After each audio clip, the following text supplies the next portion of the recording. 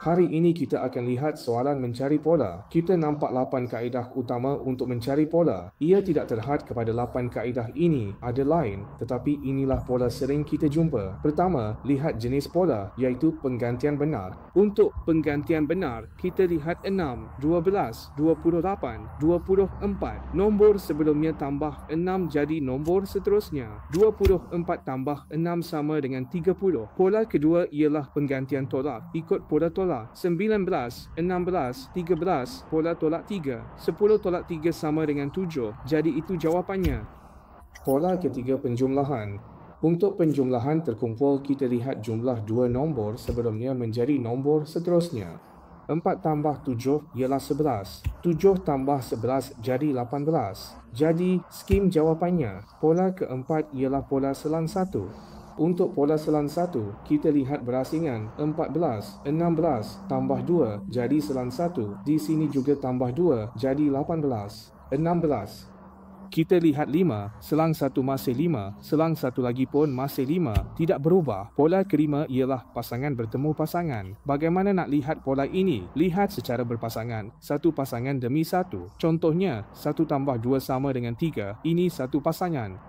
Kemudian, 7 tambah 2 sama dengan 9, ini satu lagi pasangan. Jadi, 11 nak dipasangkan dengan apa? Tambah 2 juga. 11 tambah 2 sama dengan 13. Inilah dipanggil pasangan bertemu pasangan. Seterusnya, pola ke-6 ialah gandaan. 3, 6, 12, 24 semuanya bertambah 2 kali ganda. 3 darab 2, 6. 6 darab 2, 12. 12 darab 2, 24. 24 darab 2, 48. Pola ke-7 pula ialah penggandaan diri. Penggandaan diri bermaksud dua nombor sama didarabkan. Ia mengikut pola ini: 2, 3, 4 kuasa 2, 5 kuasa 2 dan 6 kuasa 2. Jadi 6 darab 6 sama dengan 36. Baik, pola ke-8 pula ialah pecahan. 52 ialah 1 dan 36. Jadi jika kita lihat keempat nombor ini, kita tidak dapat mencari pola yang sepadan daripada 7 pola di atas. Guna kaedah pecahan. Untuk soalan jenis ini, jika tak jumpa pola, boleh guna kaedah pecahan. Macam mana nak pecahkan? Mari lihat cara kita melakukan pemisahan. Baik, 5 kita pecahkan jadi 4 tambah 1. 10 kita pecahkan jadi 9 tambah 1.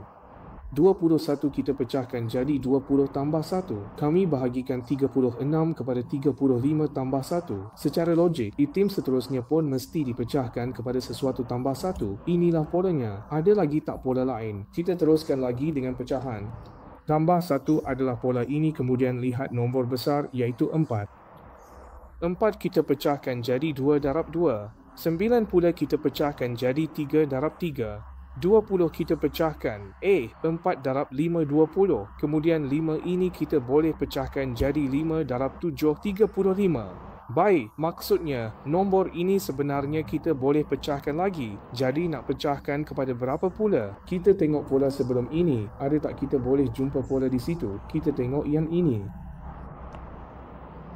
2, 2, 3, 4, 5. Ia ikut turutan, jadi bersambung. Jadi kita boleh cari pola pertama iaitu 6. Jadi 6 nak didarab dengan berapa? Sekarang kita tengok nombor kedua pula. HMM 2, 3, 5, 7. Ada tak pola di sini? Kalau kita perhatikan betul-betul nombor ini, kita akan dapati sebenarnya ia adalah nombor perdana. Ia adalah urutan nombor perdana. Jadi 2, 3, 5, 7. Selepas 7, nombor perdana seterusnya ialah nombor apa? Jadi jelas ia adalah 11 ia. Ingat, bukan 9. Sebab 9 bukan nombor perdana. Sebab 9 boleh dibahagi dengan 3. Jadi 9 bukan nombor perdana. Selepas 7, nombor perdana seterusnya ialah 11.